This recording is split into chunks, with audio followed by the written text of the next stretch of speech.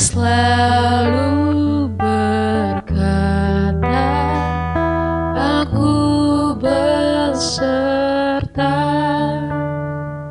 suka dan duka, hayu bersama, tetaplah janjinya untuk bersamaku. Lara pun pergi menjauh, tapi ku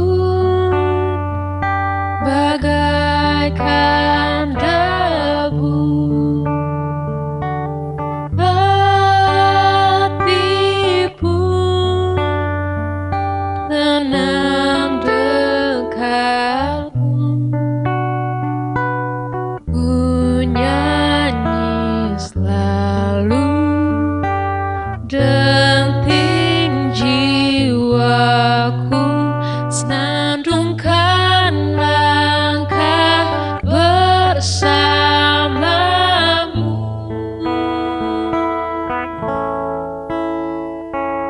Lara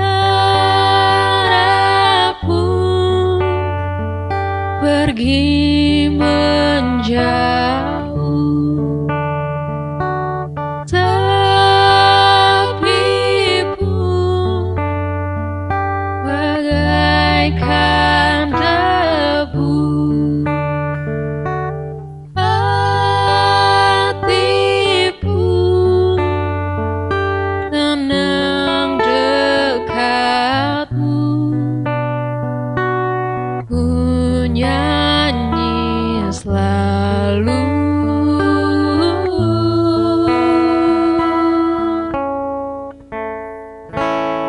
Lara pun pergi menjauh,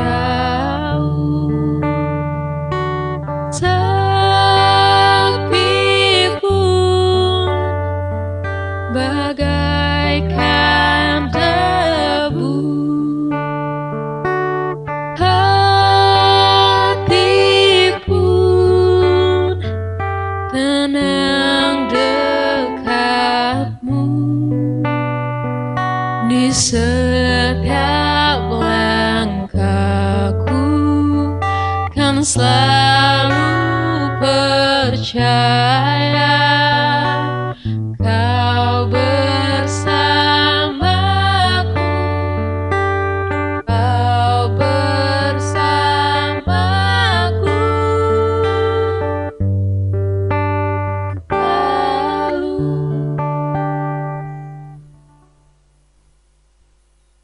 Perpisahan memang menakutkan, karena di dalamnya kita merasakan kesendirian. Meski sejak semula kita ada dalam kesendirian, lahir ke bumi dalam kesendirian, dan suatu saat akan kembali ke pangkuan Allah yang rahimi, juga dalam kesendirian.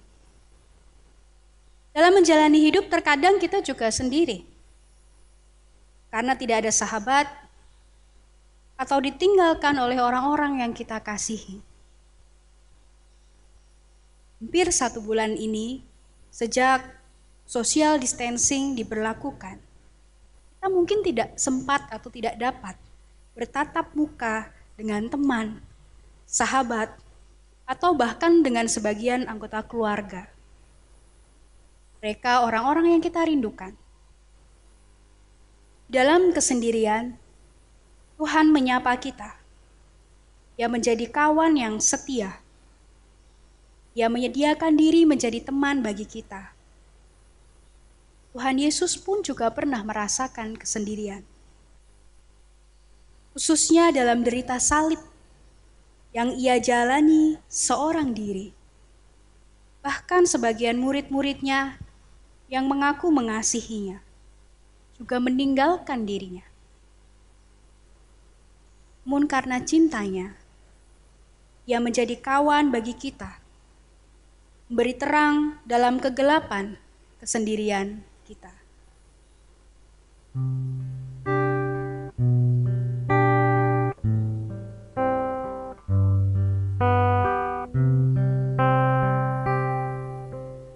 Tinggal sertaku, hari telah senja, gelap makin turun, Tuhan tinggallah. Lain pertolongan tiada ku temu, Maha Penolong tinggal sertaku.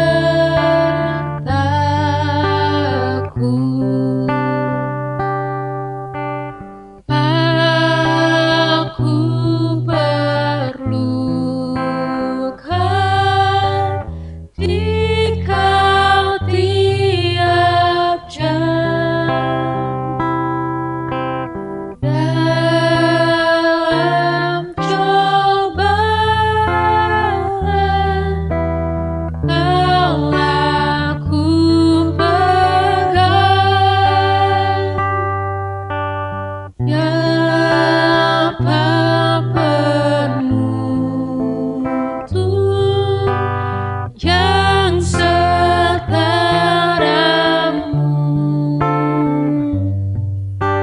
siang dan malam tinggal sertaku.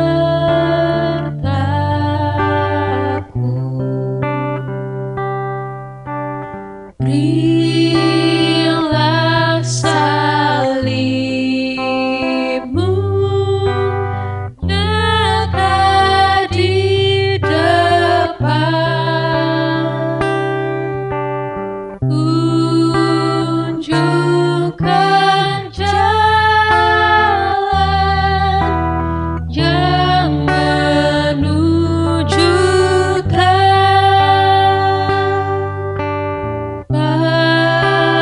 Fajar menghalang kabut dan mendung, Tuhan kekal Kau tinggal sertaku.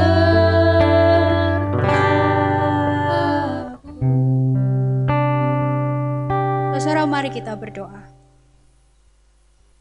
Yesus Kristus, Engkau datang untuk mengubah kami dalam citra Bapamu dan Bapa kami. Kiranya bukalah pintu gerbang kerajaan-Mu bagi kami. Yesus Kristus, cahaya hati kami.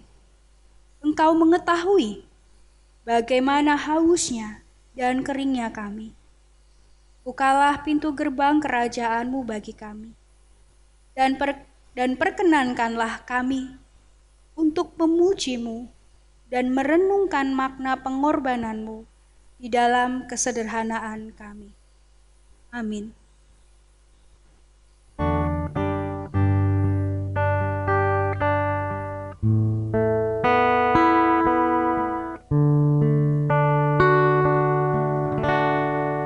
Buka mataku, melihat-Mu Yesus. Ku ingin dekat-Mu,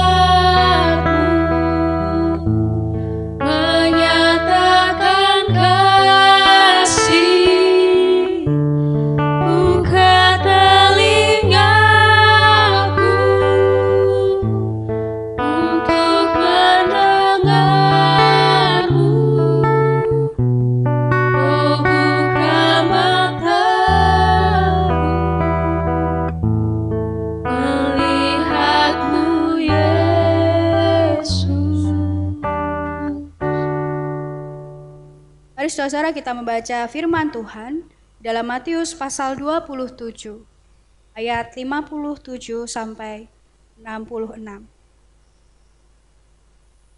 Menjelang malam datanglah seorang kaya, orang Arimatea, yang bernama Yusuf, dan yang telah menjadi murid Yesus juga. Ia pergi menghadap Pilatus dan meminta mayat Yesus. Pilatus memerintahkan untuk menyerahkannya kepadanya. Dan Yusuf pun mengambil mayat itu, mengafaninya dengan kain lenan yang putih bersih, lalu membaringkannya di dalam kuburnya yang baru, yang digalinya di dalam bukit batu. Dan sesudah menggulingkan sebuah batu besar ke pintu kubur itu, pergilah ia.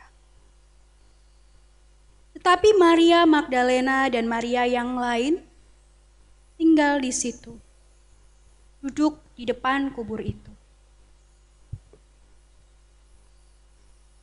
Keesokan harinya, yaitu sesudah hari persiapan, datanglah imam-imam kepala dan orang-orang Farisi bersama-sama menghadap Pilatus, dan mereka berkata, "Tuan, kami ingin bahwa si penyesat itu sewaktu hidupnya berkata, 'Sesudah 3 hari aku akan bangkit.' Karena itu perintahkanlah untuk menjaga kubur itu sampai hari yang ketiga. Jikalau tidak, murid-muridnya mungkin datang untuk mencuri dia, lalu mengatakan kepada rakyat, 'Ia telah bangkit dari antara orang mati,' sehingga penyesatan yang terakhir akan lebih buruk akibatnya daripada yang pertama." Kata Pilatus kepada mereka, "Ini penjaga-penjaga bagimu. Pergi dan jagalah kubur itu sebaik-baiknya." Maka pergilah mereka, dan dengan bantuan penjaga-penjaga itu, mereka memeterai kubur itu dan menjaganya. Demikianlah firman Tuhan. Bapak Ibu Saudara yang dikasihi Tuhan, ketika kita mengikuti ibadah di gereja, apa yang biasa kita lakukan setelah pendeta selesai berkhotbah? Dalam liturgi atau tata ibadah, setelah khotbah sebetulnya ada saat teduh atau saat hening, di mana suasana pada saat itu seharusnya betul-betul dalam hening dan di dalam sunyi. Pada saat itu di dalam hening, di dalam sunyi, kita diberi kesempatan untuk mencerna, merenungkan firman Tuhan yang baru saja disampaikan. Tapi apa yang biasa kita lakukan? Mungkin baca warta, baca WA, kita tidak tahan untuk tidak bicara dengan di kanan kirinya. Kita tak betah karena diam itu susah. Kita tak tahan kalau terlalu lama dalam kesunyian. Bapak Ibu Saudara yang dikasihi Tuhan, hari ini sesuai kalender gerejawi kita memasuki Sabtu Sunyi. Sabtu Sunyi atau disebut juga Sabtu Suci adalah hari di antara Jumat Agung dan menjelang Paskah. Dibanding Jumat Agung dan Paskah, memang Sabtu Sunyi rasanya baru beberapa tahun ini kita peringati. Pada masa ini kita diajak untuk menghayati kesunyian yang dirasakan para murid karena kematian Yesus. Termasuk mereka yang ada di dalam bacaan kita tadi. Yusuf Arimatea, Maria Magdalena, dan juga Maria yang lain.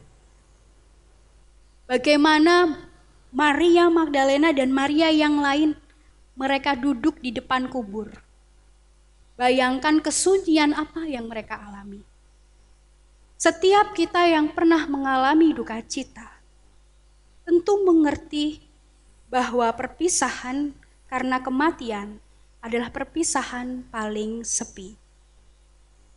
Kita hanya bisa menatap raga yang tak lagi bisa kita ajak bicara. Seperti pada masa-masa sekarang ini. Beberapa orang, saudara-saudara kita, mereka mengalami kehilangan sanak saudaranya, keluarganya, oleh karena pandemi COVID-19 ini. Sementara pandemi COVID-19 ini belum usai, upacara-upacara kematian, ibadah-ibadah kedukaan yang biasanya didatangi oleh sahabat atau kerabat menjadi peristiwa yang akhirnya hanya boleh dihadiri oleh keluarga inti. Bahkan sebagian di antaranya tak dapat dihadiri oleh keluarga itu sendiri. Sepi. Sunyi. Dan di dalam situasi ini Bapak Ibu Saudara yang dikasihi Tuhan, kesunyian itu bahkan bukan hanya tentang keterpisahan kita dengan orang-orang terkasih yang telah terlebih dahulu pulang. Kesunyian itu juga tentang situasi di mana kita merasakan seolah-olah Tuhan absen dari kehidupan kita.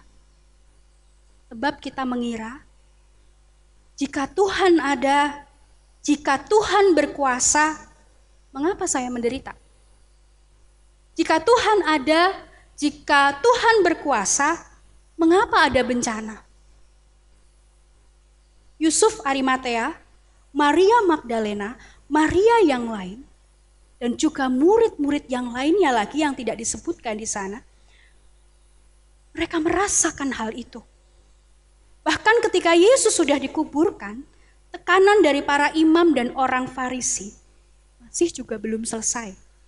Para imam dan orang Farisi masih meminta penjagaan yang ketat di kubur Yesus karena kekhawatiran-kekhawatiran mereka. Bayangkan jika kita mengalami peristiwa itu, jika kita ada dalam kisah cerita itu secara langsung, kita mungkin akan berpikir, kok penderitaan ini tidak kunjung selesai ya? Hari ini Yesus mati, besok apa lagi?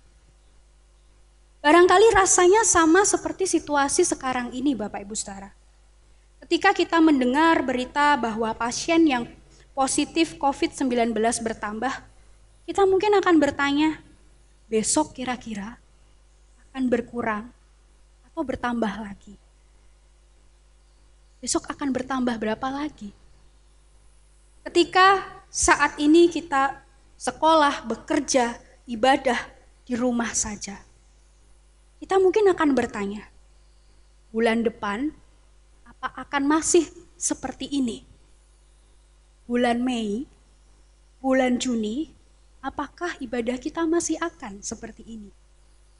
Kita mau jawaban pasti. Kalau bisa setidaknya ada sedikit clue yang memberitahu kita. Tapi sayangnya tak ada jawaban pasti. Makin dicari, jawaban itu makin tak ada.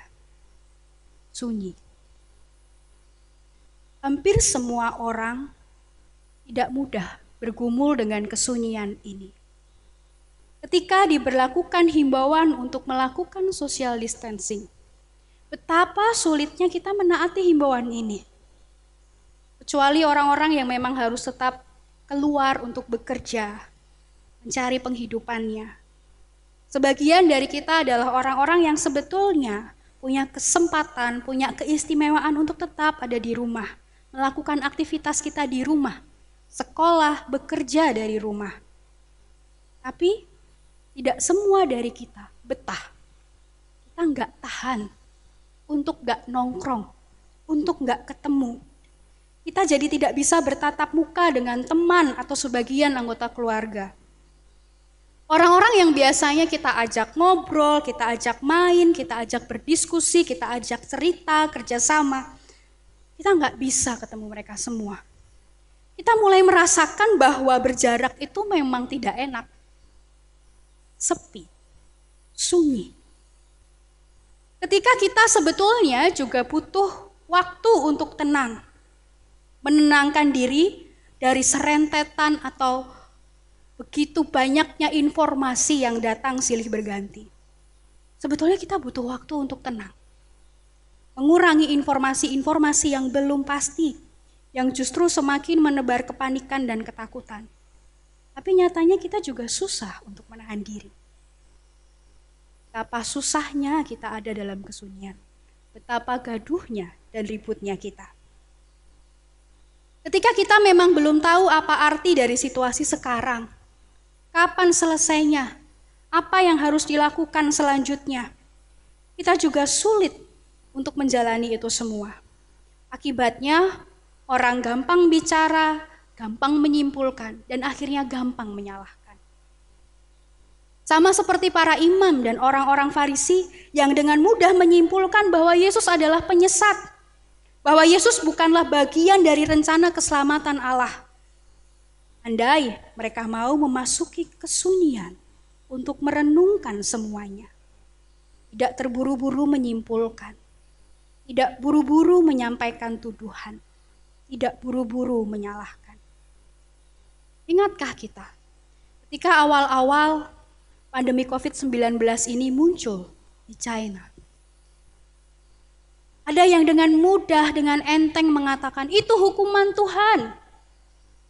Sekarang pandemi COVID-19 juga begitu dekat dengan kita. Bahkan mungkin saudara-saudara kita, orang-orang yang kita kenal juga mengalaminya. Bahkan para pelayan Tuhan yang setia dan dokter-dokter yang justru selama ini berjuang juga ikut terpapar. Masih tepatkah kesimpulan bahwa itu merupakan hukuman Tuhan? Atau ada juga yang bereaksi, jangan takut dong, orang beriman gak boleh takut. Kita ketemu gak apa-apa, kita kumpul gak apa-apa, kita ibadah saja di gereja. Bagaimana dengan gereja di Korea, gereja Shincheonji di Korea yang akhirnya meminta maaf karena tindakan mereka yang mengabaikan himbauan dengan dalih ekspresi iman. Justru pada akhirnya malah memperparah penyebaran virus itu sendiri. Kita seringkali bertindak seperti orang yang sedang nonton film atau baca buku, tapi dengan tergesa. Film belum selesai, kita sudah ingin tahu endingnya bagaimana. Kita belum selesai membaca, kita sudah ingin membuat kesimpulannya. Padahal ini semua adalah proses yang sedang dan terus berjalan. Memang tidak mudah ada dalam kesunyian. Ketika tak ada jawaban atas segala pertanyaan. Ketika menghadapi saat-saat di mana seolah Tuhan diam. Seolah Tuhan tak segera bertindak dan menuntaskan semua krisis dan penderitaan. Tidak mudah untuk kita mengamini, duduk diam menanti pertolongan Tuhan.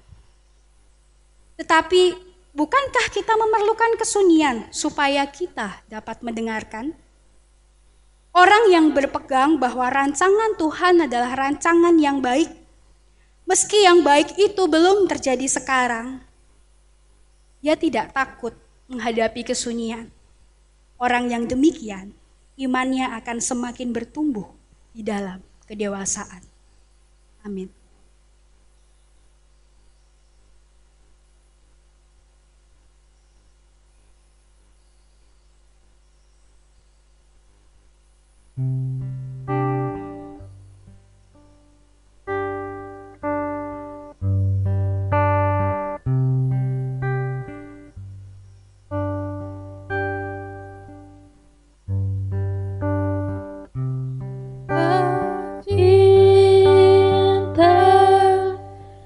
Hiduplah bagi cinta kasih-Nya, Tuhan mencinta. Janganlah takut, Tuhanlah cinta. Hiduplah bagi cinta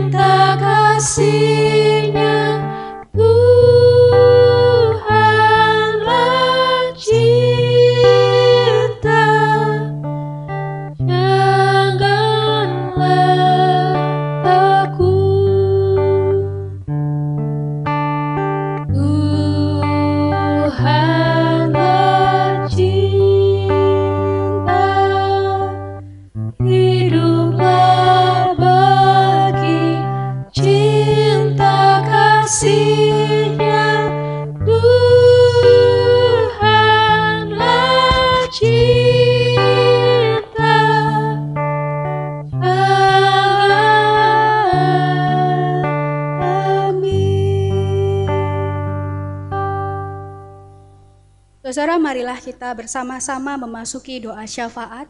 Kita berdoa. Ya Tuhan, tolonglah supaya di dalam kesunyian hidup kami mengingat cinta Tuhan. Kami berdoa untuk setiap saudara-saudara kami yang sedang berduka karena kehilangan orang-orang yang dikasihinya. Kiranya kasih Tuhan memberi kekuatan untuk menjalani hari-hari ke depan. Tuhan, sambutlah doa kami.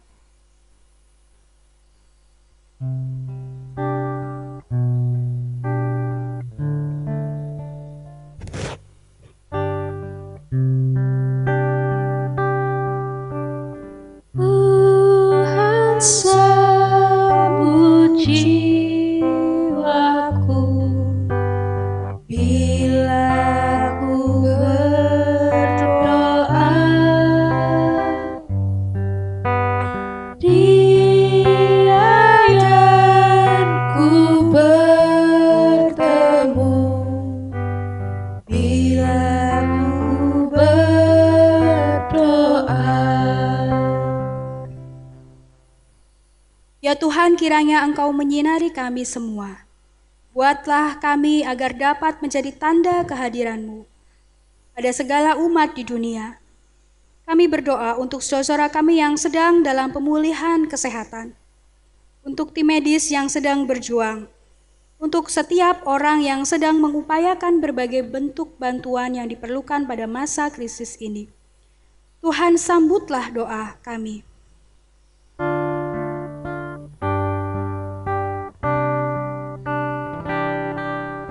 Tuhan, sambut jiwaku bila ku berdoa. Dia dan ku bertemu bila ku berdoa.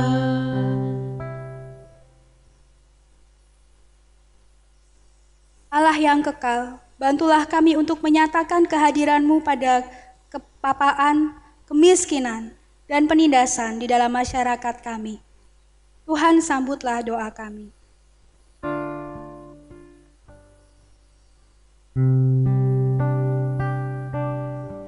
Tuhan, sambut jiwaku bila ku berdoa.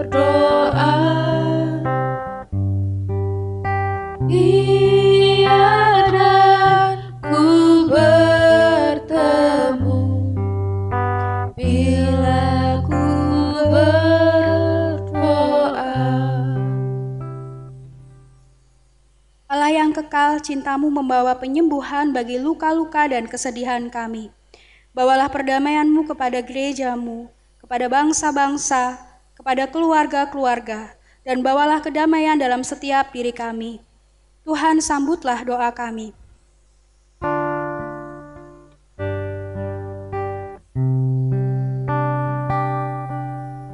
Tuhan, sambut jiwaku bila ku berdoa.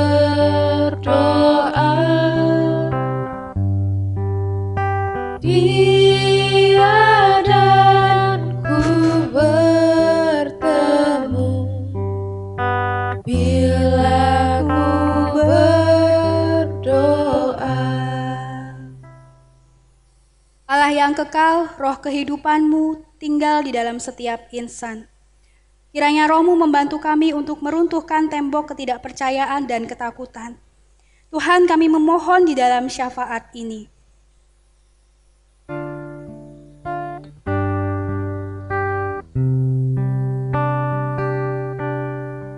Tuhan, sambut jiwaku bila ku berdoa. Dia dan ku bertemu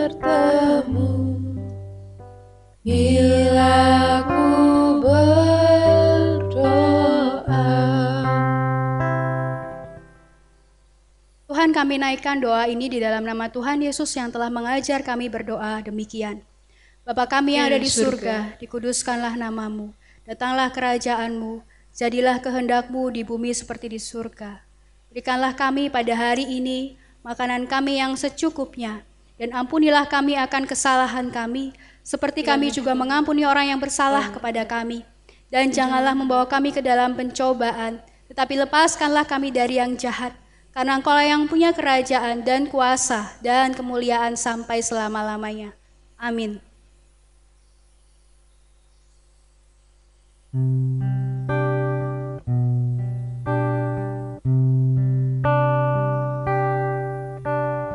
Di heningnya malam ini, tulus dan rendah hati, bertelut berdoa padamu. Inilah bisik kalbu. Apa yang aku miliki, tubuh dan jiwa ini, ku serahkan hanya padamu, korban persembahanku.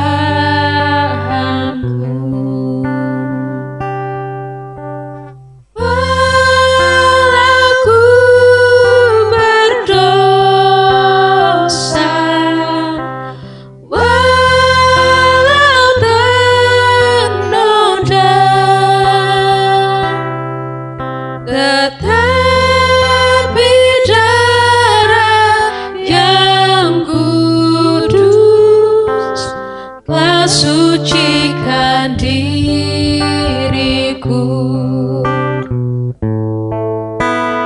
dan jati diriku kini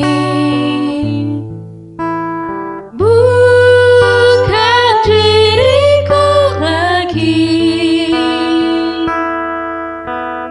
melainkan Kristus Tuhanku hidup dalam diriku.